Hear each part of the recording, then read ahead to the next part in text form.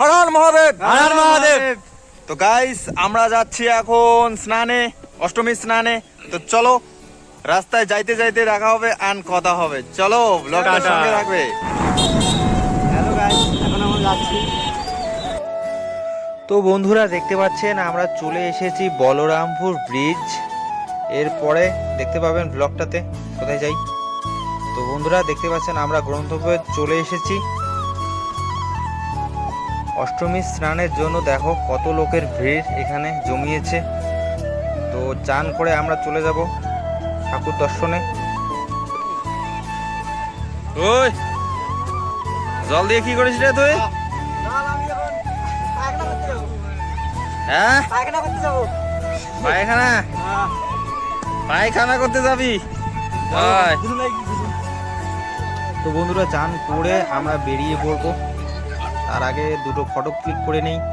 Photo click করার পর বেরিয়ে পড়লাম ঠাকুর দর্শনে এবং মেলার উদ্দেশ্যে। সামনে দেখতে পাচ্ছেন ঠাকুরের মন্দির। আমরা দর্শন করলাম। দর্শন করার পর ফটো ক্লিক করার জন্য বলতেছে সবাই, তো একটা ফটো ক্লিক করে দিলাম।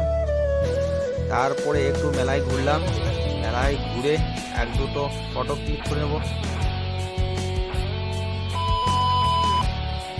তো বন্ধুরা ওইখান থেকে আমরা চলে আসলাম আর একখানে, মাকে দর্শন করলাম এবং আমরা এগোবো নদীর দিকে। তো গাইস আমরা এখন যাচ্ছি একটু কালধানি একদম নদীতে। ময়দান খোলা। চলো গাইস, সামনে সামনে চলো। ওরে বাবা! তো বন্ধুরা দেখতেই পাচ্ছ এত লোক, এত ভিড়, কি বলবো আর। একটু আগে এর থেকে বেশি ভিড় ছিল। তো আমরা তখন তো অন্য আরেকখানে গেছিলাম, তাই জন্য দেখাতে পারিনি। ফটো ফটো উঠো না তুমি? আসো দাদা, তুমি ফটো উঠবে না? এদিকে আসো,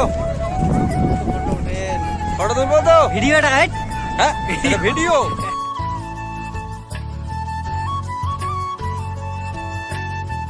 এটা হলো কালজানি রিভার। চারিদিকে দেখো কত লোক।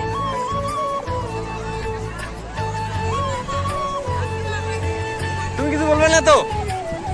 একদম ফাটাফাটি। আচ্ছা, তো চলো গাইজ এখন মেলার দিকে যাবো একটু।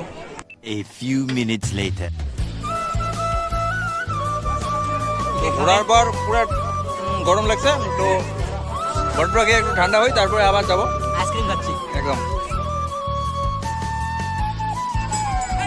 এত মুখ টুক মানে ইয়ে করার মাইক তো রাখি, আমাকে একটু বলবেন? হ্যাঁ, কন্যা কাকা, কেন কি হয়েছে?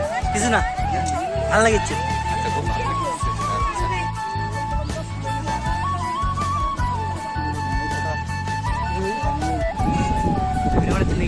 একদম।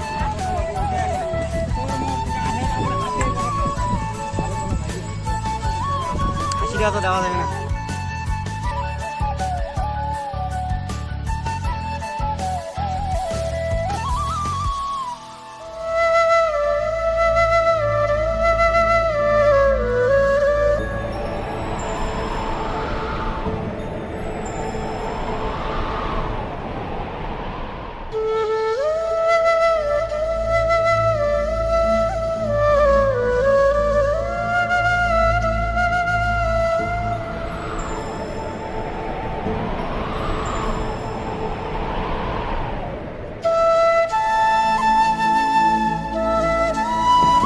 বাবা এদিকে একটা দেখ, এদিকে দেখ, লোক দেখ।